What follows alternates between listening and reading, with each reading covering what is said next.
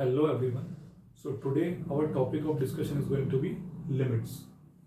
So this limit chapter, this is second chapter of calculus that we generally study after the chapter function. तो function में already हम different type के functions जो हैं उनको study कर चुके होते हैं. तो अब ये जो फंक्शंस हैं ये कई पॉइंट्स पे डिफाइन होते हैं और कई पॉइंट्स पे डिफाइन नहीं भी होते हैं.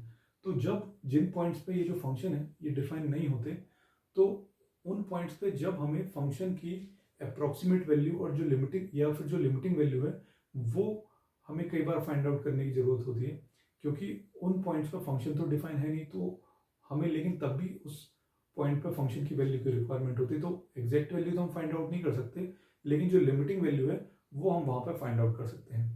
तो ये जो लिमिटिंग वैल्यू है इसका वहाँ पर रोल आता है. अच्छा, ये जो लिमिटिंग वैल्यू है उसके अलावा हम तब भी फाइंड आउट कर सकते हैं अगर उस पॉइंट पे फंक्शन डिफाइन है, तब भी फंक्शन की उस पर एग्जैक्ट वैल्यू कुछ और हो सकती है और लिमिटिंग वैल्यू जो है वो कुछ और हो सकती है. ये हम अभी आगे जब एग्जांपल्स लेंगे तो उसमें समझेंगे इस चीज़ को. तो यहाँ पे अगर हमें इसको और अच्छे से समझना है तो हम यहाँ पे अपनी जनरल लाइफ से एक एग्जांपल लेके समझ सकते हैं कि हम लिमिटिंग वैल्यू जो है वो कैसे फाइंड आउट यहाँ पे करने का ट्राई करेंगे. तो यहाँ पे हमारी सोसाइटी का मैं एक एग्जांपल लेता हूँ. अगर सोसाइटी में कोई इंडिविजुअल है जिसके बारे में हमें कोई इन्फॉर्मेशन नहीं है और हमें उसका बिहेवियर या उसके बारे में कुछ इन्फॉर्मेशन गैदर करनी है, तो हम क्या कर सकते हैं, हम उसके सराउंडिंग में जो उसका फ्रेंड सर्कल है या उसके सराउंडिंग में जो लोग हैं उनका बिहेवियर हम यहाँ पे आइडेंटिफाई कर सकते हैं और उसके बेस पे हम ट्राई कर सकते हैं या फाइंड आउट करने का ट्राई कर सकते हैं कि वो फंक्शन, वो जो पर्सन है उसका बिहेवियर कैसा होगा. तो इन द सेम वे अगर यहाँ पे कोई फंक्शन है, ये मैं कोई रैंडम की फंक्शन एफ एक्स का ग्राफ यहाँ पे ड्रॉ कर लेता हूँ. Let us suppose this is our function F X और ये जो पॉइंट है ये पॉइंट है A, X is equal to A, जिसपे कि हमें इस फंक्शन की इस पॉइंट पे जो फंक्शन है डिफाइन नहीं है, लेकिन हमें इसकी क्या फाइंड आउट करनी है, इसकी वैल्यू या इसकी लिमिटिंग वैल्यू हमें यहाँ पे फाइंड आउट करनी है. तो अभी जैसा कि हम किसी अननोन पर्सन का बिहेवियर जो है वो उसके फ्रेंड से या उसके सराउंडिंग में जो लोग हैं उनके बिहेवियर से आइडेंटिफाई कर रहे थे, इन द सेम वे हम यहाँ पे क्या करेंगे, हम यहाँ पे किसी फंक्शन की किसी पॉइंट पे जो लिमिटिंग वैल्यू है वो फाइंड आउट करने के लिए हम क्या कर सकते हैं, हम उसके सराउंडिंग में जो पॉइंट्स हैं उन पॉइंट्स पे फंक्शन की जो वैल्यू है वो हम यहाँ पे फाइंड आउट कर सकते हैं. तो यहाँ पे x इज इक्वल टू ए पे तो ये फंक्शन डिफाइन नहीं है, तो हम क्या कर सकते हैं, हम इसके सराउंडिंग में जो पॉइंट्स हैं उन पॉइंट्स पे फंक्शन की वैल्यू फाइंड आउट करने का ट्राई करेंगे और उसके बेस पे हम x इज इक्वल टू ए पे ये फंक्शन की जो लिमिटिंग वैल्यू है वो यहाँ पे देखेंगे कि वो क्या हो सकती है. तो यहाँ पे अब ये जो x is equal to A point है इसके सराउंडिंग में जो पॉइंट्स हैं उसको हम फाइंड आउट करने के लिए दो तरीके से x इज इक्वल टू ए को के सराउंडिंग में जो पॉइंट्स हैं उनको देख सकते हैं, या तो लेफ्ट हैंड साइड से या फिर राइट हैंड साइड से. तो जब हम लेफ्ट हैंड साइड से x इज इक्वल टू ए को अप्रोच करेंगे और तब हम ये ऑब्जर्व करेंगे कि ये जो फंक्शन है ये भी किसी फिक्स्ड वैल्यू को अप्रोच कर रहा है. तो वो जो वैल्यू है वो यहाँ पे क्या कहलाएगी, वो कहलाएगी लेफ्ट हैंड लिमिट, क्योंकि हम यहाँ पे लेफ्ट हैंड साइड से अप्रोच करते हुए फंक्शन की जो वैल्यू है वो फाइंड आउट कर रहे हैं. और इन द सेम वे जब मैं इसको राइट हैंड साइड से अप्रोच करूंगा और राइट हैंड साइड से अप्रोच करते हुए ये जो फंक्शन है ये जिस वैल्यू को अप्रोच कर रहा होगा वो जो वैल्यू है वो यहाँ पे क्या कहलाएगी, इसकी राइट हैंड लिमिट. तो लेफ्ट हैंड साइड से अप्रोच करते हुए मुझे जो वैल्यू मिलेगी वो हो जाएगी इसकी लेफ्ट हैंड लिमिट, और राइट हैंड साइड से अप्रोच करते हुए मुझे जो फंक्शन एफ एक्स की इस point X equal to approach करते हुए वैल्यू मिलेगी वो क्या हो जाएगी, इसकी राइट हैंड लिमिट. अब यहाँ पे जो इसकी लेफ्ट हैंड लिमिट और राइट हैंड लिमिट है ये दोनों यहाँ पे इक्वल होना चाहिए, तभी ये जो लिमिट है ये यहाँ पे डिफाइन होगी. Left hand limit this should be equal to right hand limit, और ये जो है ये कोई फाइनाइट वैल्यू होना चाहिए.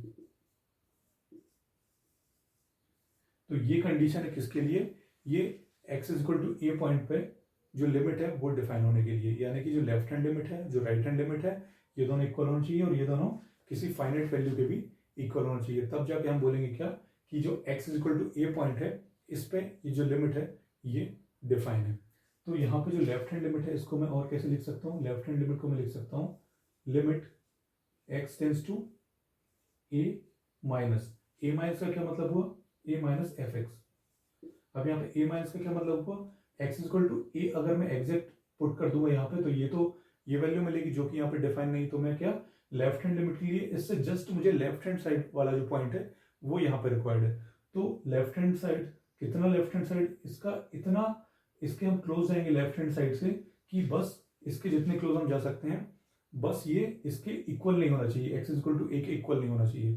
तो इसके जस्ट लेफ्ट हैंड साइड वाला पॉइंट, तो उसको हम कैसे डिफाइन कर सकते हैं, ए से जस्ट लेफ्ट हैंड साइड वाला मतलब ए से जस्ट थोड़ा सा कम, तो उसको हम क्या लिखते हैं यहाँ से a माइनस। तो limit x tends to a minus, limit ये कहाँ जा रहा है, x a से जस्ट थोड़ा सा कम, तो a से थोड़ा सा कम हमें यहाँ पे कहाँ पुट करना है fx।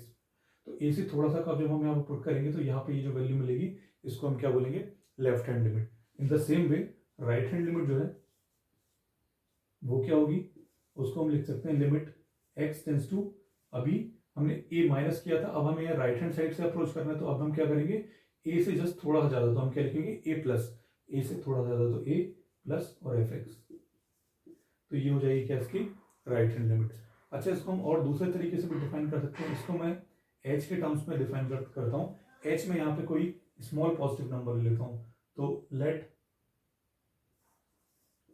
h is small positive number, small positive number, h is a small positive number, h is greater than 0। तो यहाँ पे हम इसको h के टर्म्स में डिफाइन कर सकते हैं। h को मैंने यहाँ पे बहुत ही स्मॉल पॉजिटिव नंबर जो है वो ले लिया है, तो इसको मैं लिख देता हूँ यहाँ पे limit h tends to 0 and f of a minus h, यानी कि a में से h को हम सब्ट्रैक्ट कर रहे हैं, और h क्या बहुत ही स्मॉल पॉजिटिव नंबर है, तो ये ऑटोमेटिकली क्या हो जाएगा, a से थोड़ा सा कम हो जाएगा। और ऐसी जो राइट हैंड लिमिट है इसको हम क्या लिख सकते हैं h के टर्म्स में, limit h tends to 0, h बहुत ही छोटा स्मॉल पॉजिटिव नंबर है जो कि 0 को अप्रोच कर रहा है, और f ऑफ, अब हमने यहाँ पे क्या करेंगे, a में से हमने h को माइनस किया था, अब हम यहाँ पे h को ऐड कर देंगे, तो a से ऑटोमेटिकली ये थोड़ा सा ज़्यादा हो जाएगा, जिसके लिए हम f की जो वैल्यू है वो फाइंड आउट कर लेंगे, तो this will B it's right hand limit. तो ये हो गया इसकी लेफ्ट हैंड लिमिट और राइट हैंड लिमिट।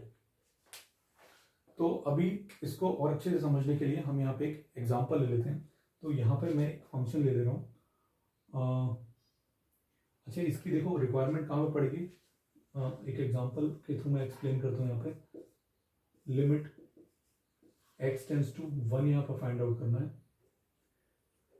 किसके लिए, x square minus 1 divided by x minus 1, ये इसके लिए ये लिमिट हमें यहाँ पे फाइंड आउट करना है। अब यहाँ पे हम देख सकते हैं कि यहाँ पे x इक्वल टू 1 में यहाँ पे पुट कर सकता हूँ क्या, नहीं कर सकता, क्योंकि यहाँ पे डिनोमिनेटर जो है वो क्या हो जाएगा, वो 0 हो जाएगा, और ये फंक्शन जो है ये नॉट डिफाइंड हो जाएगा।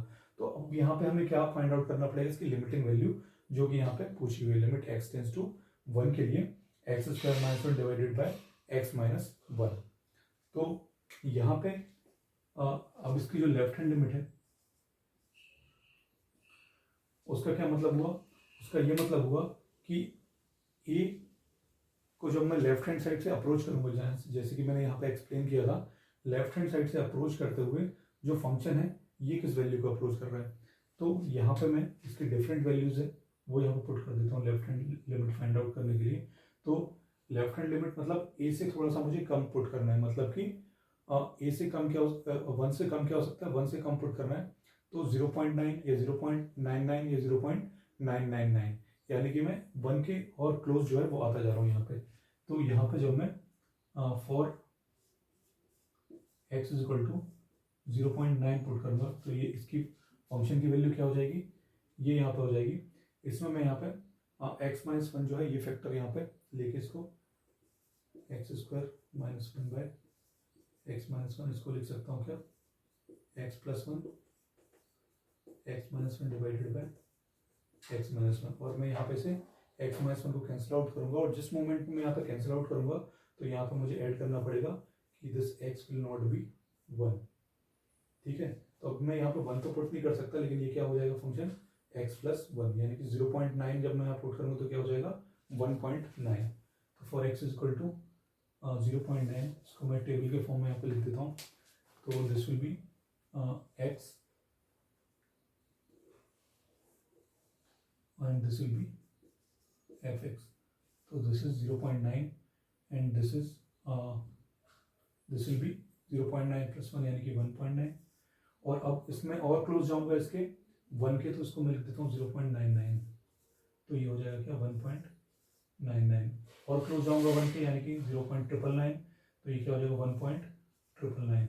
तो यहाँ पे मैं ऑब्जर्व कर सकता हूँ कि ये जो वैल्यू है ये किसको अप्रोच कर रही है, fx की वैल्यू ये 2 की तरफ जा रही है। तो when this is approaching to 1 from left hand side, तो fx is approaching to 2, यानी कि इसको जो लेफ्ट हैंड लिमिट है वो क्या हो जाएगी, दैट विल बी 2। तो left hand limit is 2। In the same way right hand limit के लिए मैं क्या करूँगा यहाँ पे x और fx। राइट हैंड लिमिट के लिए अब मुझे यहाँ पे क्या करना है, 1 से जस्ट ज़्यादा वैल्यू जो है वो यहाँ पे पुट करना है। तो 1 से ज़्यादा यानी कि 1.1 या फिर 1.11 और मैं इसके क्लोज आ गया, ये तो खैर इसके दूर हो गया 1 से 1.01 या 1.001। ये जो मैं यहाँ पर पुट करूँगा ये मैं 1 के और क्लोज होता जा रहा हूँ, ठीक है ना। तो यहाँ पे 1.1 पुट करूँगा तो ये क्या हो जाएगा 1.1 प्लस 1 यानी कि 2.1, ये हो जाएगा 2.01 और ये होगा 2.001। तो जितना मैं 1 के क्लोज जा रहा हूँ उतना fx की वैल्यू कहाँ जा रही है, 2 के क्लोज जा रही है। तो यहाँ पे जो राइट हैंड लिमिट है ये भी क्या हो जाएगी 2। तो left hand limit is equal to क्या हो गया यहाँ पे राइट हैंड लिमिट, और ये दोनों किसके इक्वल हो गए, फाइनाइट वैल्यू 2 के इक्वल। तो यहाँ पे जो लिमिटिंग वैल्यू है वो क्या हो जाएगी 2। तो यहाँ पे इस क्वेश्चन का आंसर हमारा क्या हो जाएगा, this will be limit x tends to 1 x square minus 1 by x minus 1. Answer of this is 2. So this is our final answer. Thank you.